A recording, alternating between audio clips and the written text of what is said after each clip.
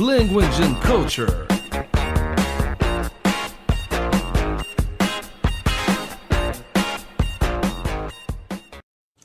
Salve, amantes da língua inglesa! Aqui é Carlos Augusto Monteiro em mais um episódio do Language and Culture, seu podcast de cultura inglesa. Hoje nós estamos fazendo um formato diferente aqui, estou só eu e a minha convidada, que é a... Sou eu, Isabel, do Para Disney Além. Tudo bem? Mais conhecida como minha esposa. E ela já participou outras vezes aqui. E a gente está fazendo um teste aqui. Estamos gravando inicialmente esse podcast só no áudio, que a gente não queria perder, deixar passar o mês para falar dos 30 anos do Disneyland Paris, comemorados em 12 de abril. Isso inclusive é um wishlist nosso, né? Um desejo de conhecer Disneyland Paris. É muito vivo aqui nos nossos desejos, nossos corações.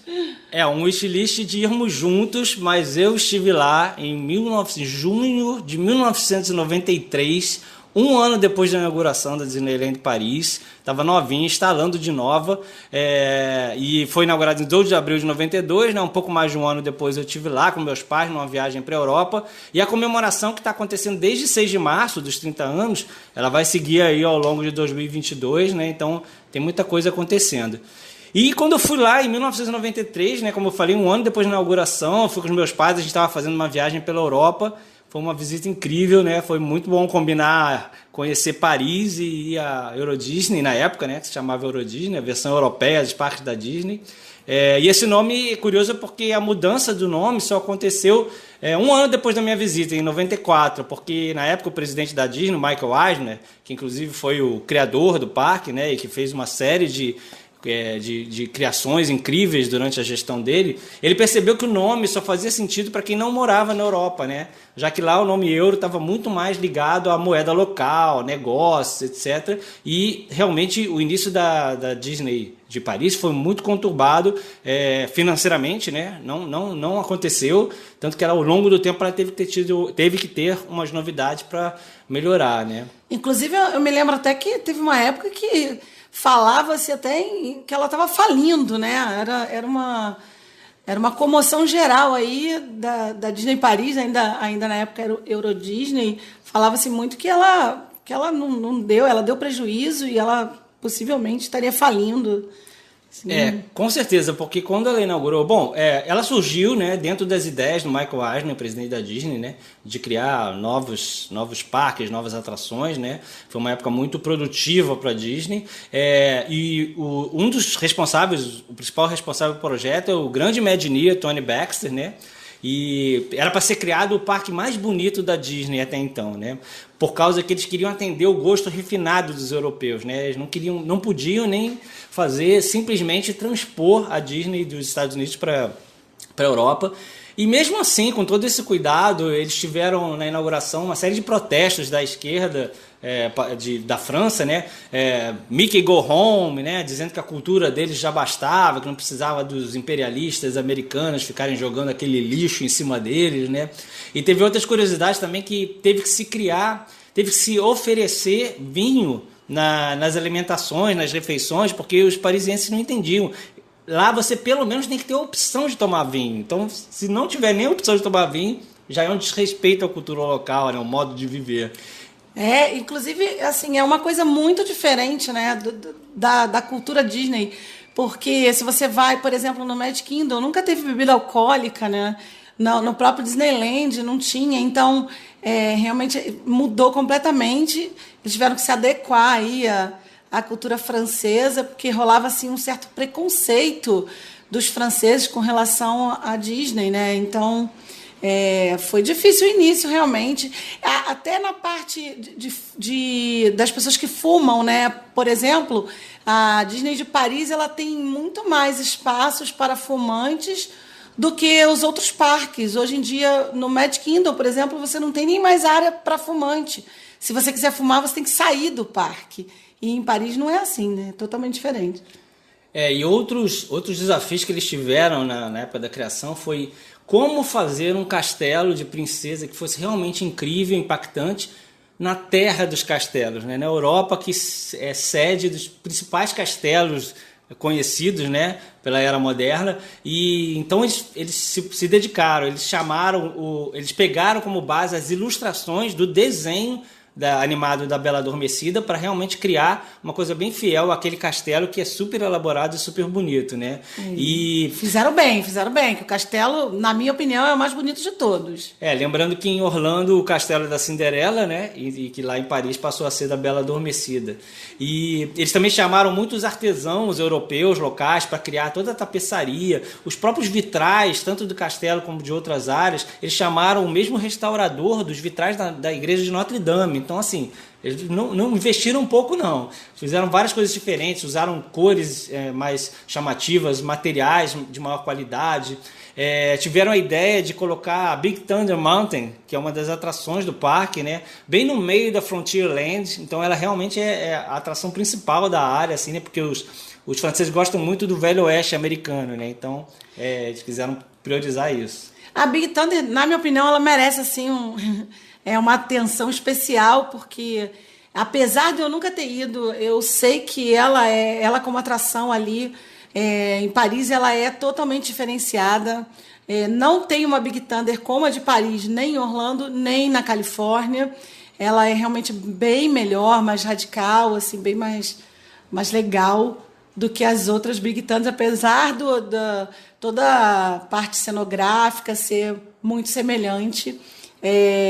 O trilho, né, o trajeto dela é muito mais legal do que das outras Big Thunder. E teve também lá a Discoveryland, né, ela, que seria Tomorrowland de Orlando, ela teve todo um cuidado especial, porque eles primeiro criaram o Orbitron, né, que é tipo aquele... Como é que é o nome? Legal. Esqueceu, vai. Esqueci, daqui a pouco eu vou lembrar. Um dos que a gente adora, né? Mas a gente esqueceu agora. Que é aquele brinquedo que roda, né? Você entra num carrinho e roda. E ele foi baseado no planetário do Leonardo da Vinci, né? Então daí você já vê que eles tiveram que pegar as inspirações realmente das celebridades. Astro Orbiter. Lembrei, Astro Orbiter. O Astro Orbiter, que é o foguete que tem no Magic Kingdom, é a mesma atração do Orbitron, sendo que o Orbitron tem umas cores diferentes, né? As cores da Discoveryland são diferentes. O formato também é um pouco diferente. Formato um pouco diferente. Ele é no chão, no caso, né? Não é como no Magic Kingdom, que é em cima, né? No segundo andar. Mas ele é grandioso e ele é todo cheio de planetas, né? Rodando. Sim. Ele é todo diferentão, muito legal. Pois porque foi inspirado no planetário do Da Vinci. Isso. E também a área também teve, inicialmente, como inspiração, Júlio Verne, né, o escritor considerado pai da ficção científica, principalmente o livro Da Terra à Lua, né? Fizeram toda a ambientação como se fosse baseada no livro dele, né? Esse visual mais retrô, mais steampunk. Acabou que teve uma outra atração, que foi a principal dessa área, anos depois, que é a montanha-russa, que seria Space Mountain lá, né, que hoje em dia é Hyperspace Mountain, né, porque ela foi criada com base no Star Wars, né? Então, quando ela foi criada, na verdade, ela era Space Mountain da Terra à Lua, né, como foi o nome do livro, né? E baseada no livro dele, né, como eu te falei, de 1865, e ela tem uma catapulta no lançamento, né, uma saída totalmente diferente que eles tiveram que criar. O visual dela também, as cores, você gosta muito das cores, né? Eu adoro, eu acho muito lindo aquela combinação de verde com o cobre, né, com aquele marrom, aquele cobre meio dourado, meio cobre. Eu acho muito bonita a Discoveryland. Eu acho que de todas as Tomorrowlands, ela para mim é a mais bonita. Em termos de beleza, realmente a Disney Paris, ela dá show. As cores, elas são muito vivas, elas são muito bonitas. E essa Space Mountain em específico também merece uma atenção especial, porque ela é diferente das outras. Inclusive, você vê que o trajeto dela é mais radical. Você reconhece um trajeto radical quando você olha para o cinto de segurança da montanha-russa, que ele passa no teu ombro, né? Então, se tem aquela barra de segurança em cima do seu ombro, você já imagina que, no mínimo, você vai dar um looping, né? Então, realmente é uma montanha-russa assim, de primeira, bem diferente dos estilos dos parques da Disney, né? Do Magic Kingdom e do Disneyland Park lá da Califórnia, que são atrações um pouco mais sutis, né? Mais para a família ou para a criança. a Hyperspace Mountain é realmente uma atração radical. E com essa saída e catapulta, então, deve ser muito legal. Eu imagino que ela deve parecer um pouco com a própria montanha-russa Aerosmith, né, que também sai de estalo, né? Vai de 0 a 100 assim, num segundo. Então, realmente deve ser muito boa. E ela também é a única que tem inversões. Tem uma parte que sai e entra de novo dentro da construção, e ela tem uma trilha sonora sincronizada também, então ela é super diferente por conta disso, né? E como eu falei, ela teve mais uma renovação em 2017 para comemorar os 25 anos do parque, e que aí ela virou uma montanha-russa baseada em Star Wars, né? Que é melhor impossível, né? E na época da criação do Disneyland Parks Paris também foi criado o Disney Village, né? Semelhante ao Disney Springs em Orlando, que até foi anunciado agora em março, que também vai ter uma ampliação com mais restaurantes, mais atrações.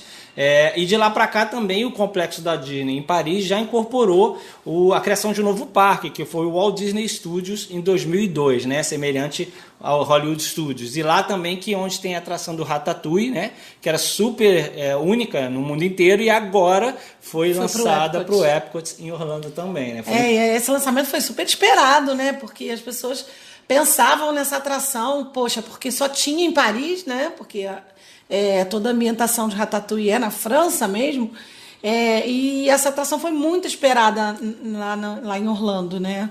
O lançamento no Epcot. E foi por conta das comemorações dos 50 anos também, né? Do Magic Kingdom. Então, é uma atração muito legal, uma atração em 4D, você se transforma no próprio ratinho mesmo do filme, e tudo é muito grande, é bem legal, muito legal mesmo. E era uma inveja mesmo com os americanos. Isso, eles sentiam uma certa invejinha, porque Paris tinha e os Estados Unidos, nenhum dos parques dos Estados Unidos tinha essa atração. E é o parque temático mais visitado na Europa, apesar de todas as crises que ele passou, né? E ele é representado, como a gente falou no início, pelo Castelo da Bela Adormecida, que é o Le Château de la Belle au Bois Dormant, né? Que é o Castelo da Bela Adormecida. E também lá a Phantom Manor, lá, que é a Haunted Mansion local, né? Que também é totalmente diferente, já começa pelo nome, né? Seria mais como uma mansão fantasma, casa fantasma, e é uma versão, e ela tem uma história toda própria também, e que também foi alterada. Depois, com calma, a gente pode falar um pouco mais sobre a história das Haunted Mansions, que é uma das minhas atrações favoritas, e eu tive a sorte de, quando eu fui lá em Paris, ela existir já, porque várias dessas atrações legais que a gente está falando, inclusive a gente vai falar mais na frente da montanha-russa do Indiana Jones, elas foram criadas depois, anos depois. Então eu não peguei todas as grandes atrações que o parque tem hoje em dia, mas essa foi uma que eu peguei e realmente é muito legal. Eu sou fã das Agora, deixa eu levantar aqui uma questão aqui, sobre o castelo. Que eu fico encafifada porque o Castelo da Bela Adormecida foi feito nos moldes do castelo do desenho, né? Agora, o castelo lá da Califórnia também é da Bela Adormecida. Eu não sei como eles explicam isso, porque ele também é um castelo da Bela Adormecida. Ele também é chamado de Castelo da Bela Adormecida. Uhum. Na época, quando Orlando foi feito, fizeram o Castelo da Cinderela para diferenciar do castelo da Califórnia, né? Que era a Bela Adormecida, disseram que era da Cinderela. Então agora a Bela Adormecida tem 2 castelos, é isso mesmo? Fica a dúvida. Se você levantou agora, depois você tem que explicar. Fica a dúvida. Vou pesquisar isso. Explica lá depois no Paradisney. Eu vou pesquisar e vou explicar. E aí, como eu falei, teve outra atração que merece destaque, que é a montanha-russa, né? Indiana Jones e le Temple du Péril, que é a Indiana Jones e o Templo da Perdição, né, baseada no filme, e que essa foi inaugurada em 30 de julho de 93, pouquinho tempo depois de eu ir lá, então eu não peguei essa também. E como eu tinha só 18 anos também, as minhas lembranças não são das mais fortes, tem poucas fotos, mas tem um sentimento assim legal de ter visitado essa Disney Paris quando ela ainda era tão nova e tão recente, né? E com meus pais também, né? Que foi dar um toque todo especial numa viagem à Europa, então eu tenho muito carinho por essa viagem também. E por falar nos 30 anos, né, o parque está passando por várias mudanças, né? Por exemplo, o Avengers Campus, que vai ser inaugurado no verão europeu de 2022, né? O campus dos Vingadores, né? que na verdade fica no Walt Disney Studios, aquele outro parque que a gente falou, que também faz parte do complexo, e já tem uma versão dessa área no California Adventure, né, na Califórnia. Isso. E entre as atrações vai ter o Web Slingers do Spider-Man, que é a montanha-russa, é um simulador, né, do Homem-Aranha, mas super moderno. A montanha-russa do Homem de Ferro, que vai substituir, aí é uma pena, mas vai substituir a Rock and Roller Coaster do Aerosmith, lá em Paris. Né? Então, eu acredito que eles vão manter o trajeto, vão manter a montanha-russa, e eles devem substituir só o tema, né? Devem tirar o Aerosmith e colocar as cenas... o pré-show vai ser do Homem de Ferro. O pré-show vai ser do Homem de Ferro. Eu tô chutando, mas acredito que seja alguma coisa das empresas Stark, né? Então, sim. Acho que é isso. Mas eles devem manter o trajeto, a montanha-russa deve ser mantida, né? Sim. Porque ela é muito boa, então acho que não tem por que eles mudarem, não. E também tem novos shows aí por causa dos 30 anos, né? Durante os dias, aqueles showzinhos que acontecem ali na frente do castelo, é o Dream and Shine Brighter, né? Várias vezes ao longo do dia, com os personagens que chegam nos carros e começam a dançar e chamam as pessoas e é muito bonito, né? Como tem lá em Orlando também, mais de 30 personagens, né? Eles fantasiados de roupas de aniversário, né? Então isso anima muito o dia no parque, é um show bem bonitinho. E bem colorido também, né? Bem colorido. Lindo. E a Minnie, que está recebendo um novo terninho desenhado pela Stella McCartney, filha do Paul McCartney. Olha, é muito chique, né? A estilista, um terninho azul, né? Que tem as bolinhas da Minnie, com tecidos de origem sustentável. Então, tinha que ser em Paris, né? Isso, só em Paris. E também tem o novo show, pré-show, né? Que acontece antes do Disney Illuminations, que é o show de fogos da Disney Paris. Tem agora projetado no Castelo da Bela Adormecida o Disney Delight, né? Um espetáculo lindo que usa mais de 200 drones, projeções de vídeo, jatos de água. Aqueles shows que a Disney já está acostumada a fazer projetando no castelo. Sendo que esses drones dão um toque todo especial, porque eles formam o número 30 no formato do Mickey, por causa das orelhas, né? Fica muito atrás do castelo, forma exatamente o 30. É maravilhoso o que os drones fazem, né? Fica muito lindo. E é a primeira vez mesmo que a Disney usa drone para fazer show. Ela nunca usou, acho que não podia nem voar drone em cima dos parques, então primeira vez que eles usam drone para esse tipo, para essas apresentações, né?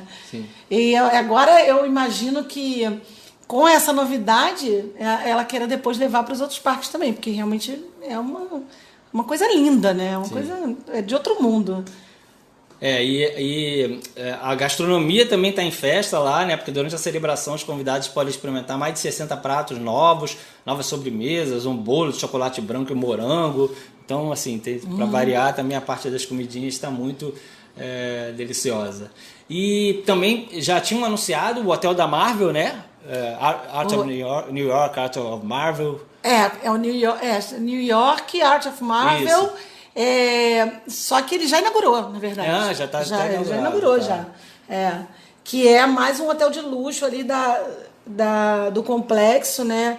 Ela tem, se eu não me engano, 5 ou 6 hotéis ali, e alguns são bem próximos, você consegue ir a pé para os parques, e outros são um pouquinho mais longe, precisa do transporte, que eles têm lá o transporte incluído.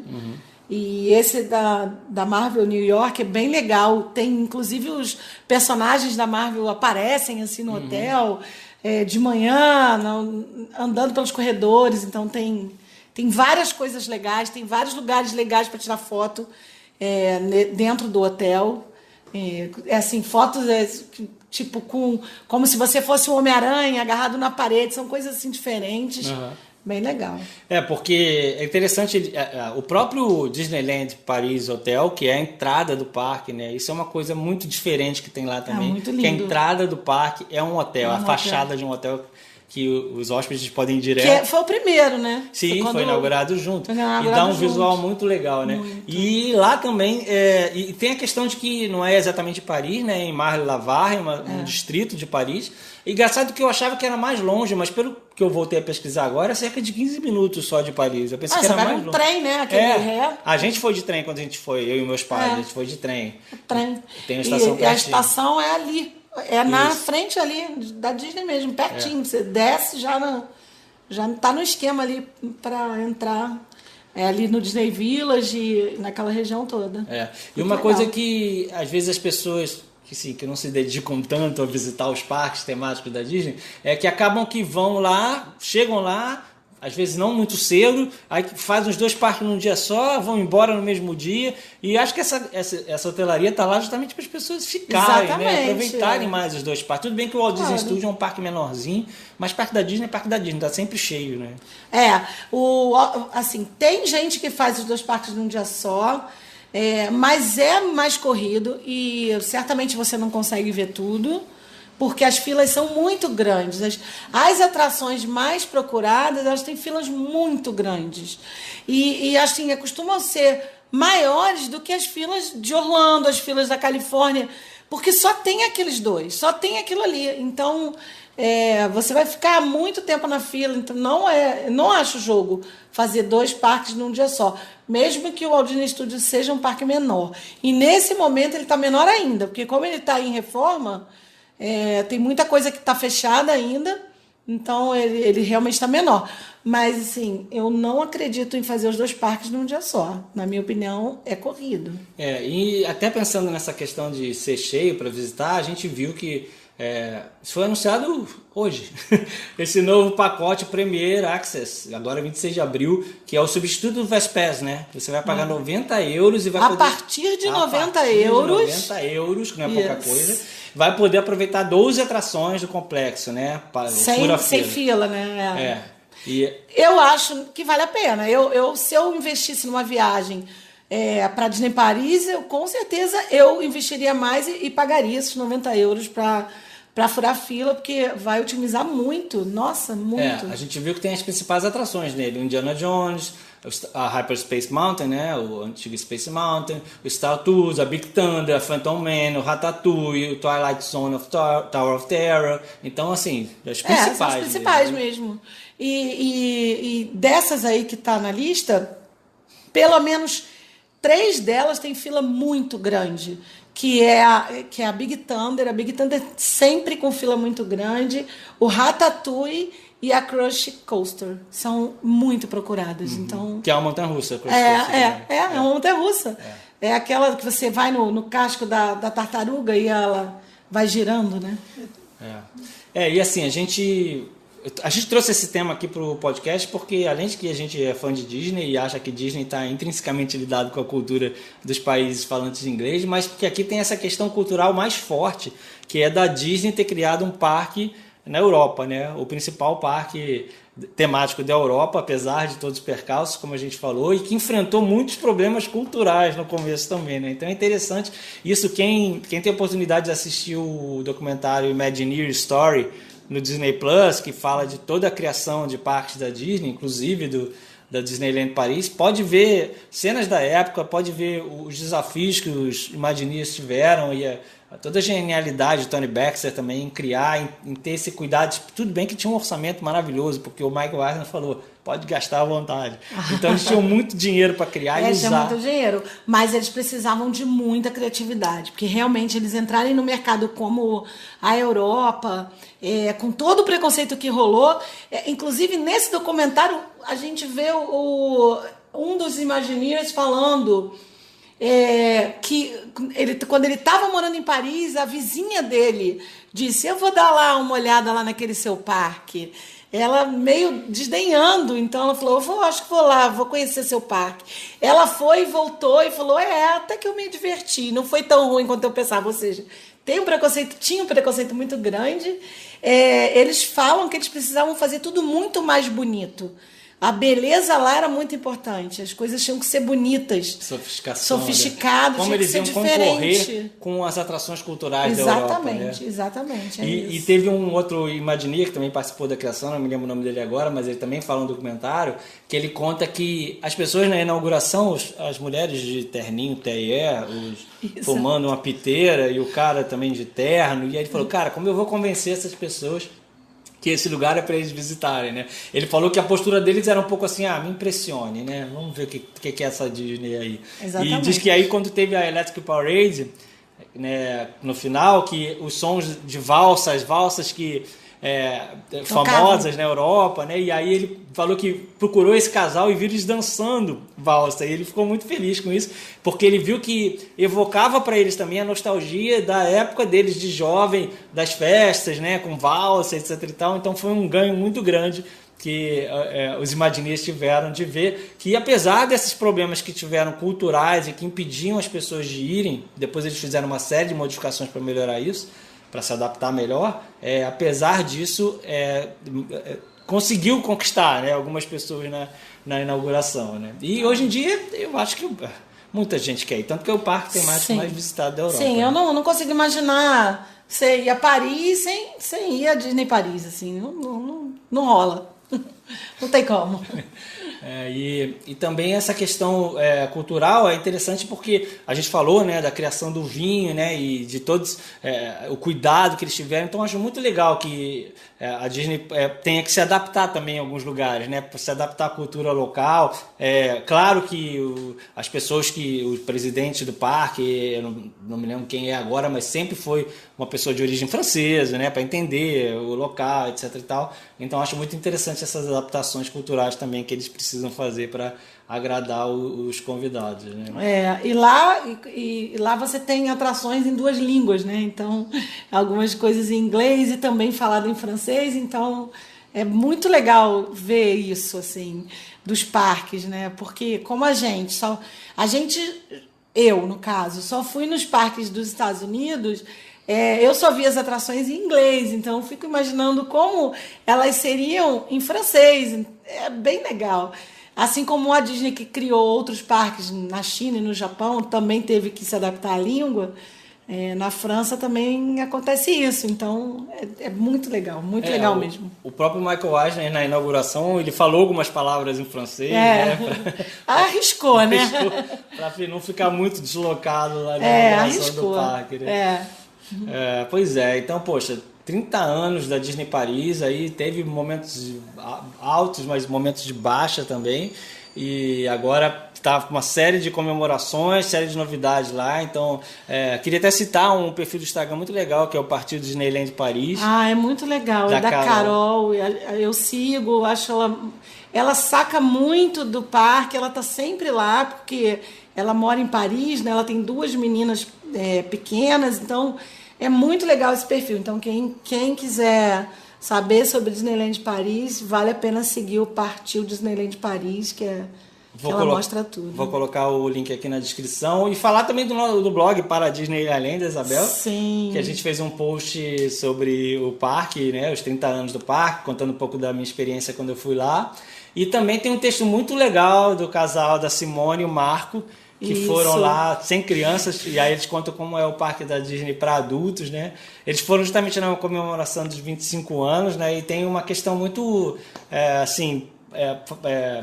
afetiva pra gente, porque a Simone infelizmente faleceu ano passado, vai fazer 1 ano agora, dia 30 de abril, então acho que esse podcast também é uma homenagem para ela, por esse texto que ela fez, muito legal, que tá lá no blog também. Vale a pena ler, gente, muito legal, é uma visão diferente, é um casal que não tem filhos, então, e era um sonho da Simone, né, conhecer a Disney, então tá muito bacana esse texto. Foi feito na época, ela quando viajou, foi 2018, né? Ela foi 1 ano depois do ano da comemoração. Isso, mas ela pegou ainda a comemoração de 25 anos.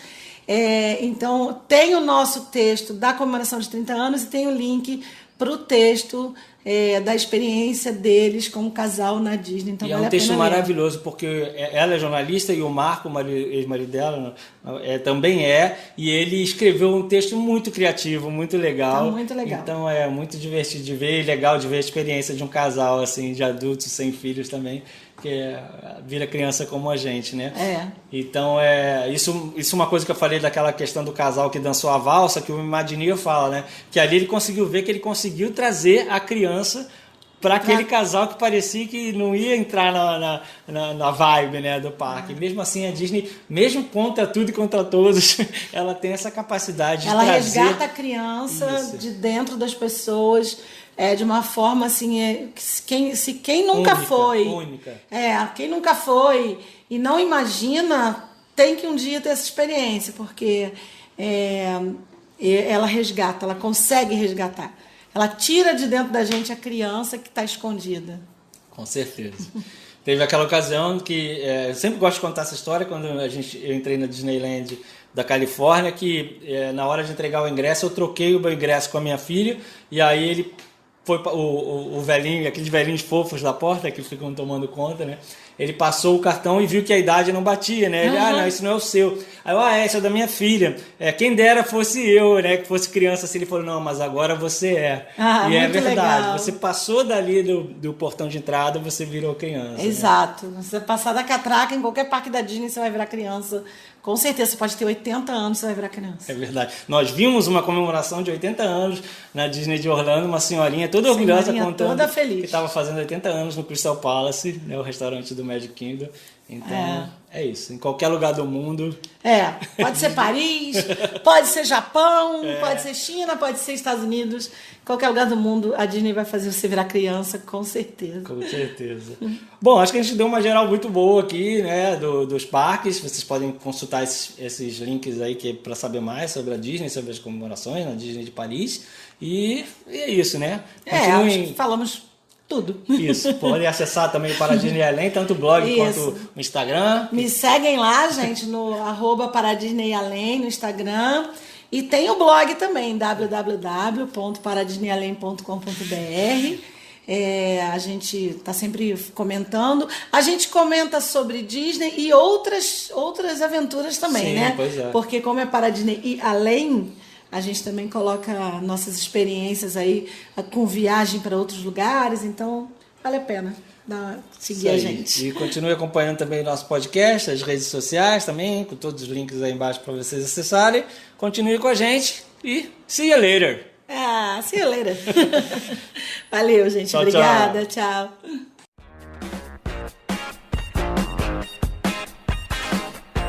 Language and Culture.